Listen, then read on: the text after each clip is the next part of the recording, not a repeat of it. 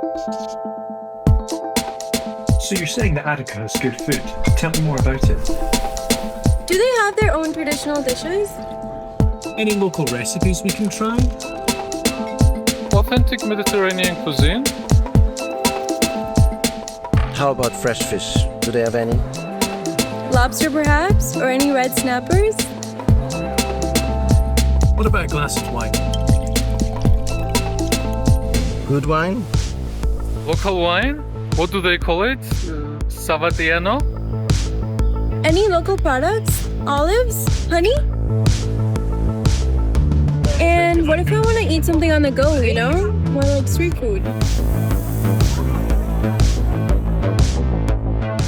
And we can taste all that just in Attica?